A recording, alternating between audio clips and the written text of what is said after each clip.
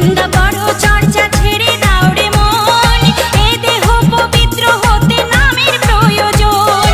গোপাল বলে চলো একবার বৃন্দাবনে যাই, জীবন ধন্য হবে ভাই হরিনামের মহিমায়, জীবন ধন্য হবে ভাই হরিনামের মহিমায়।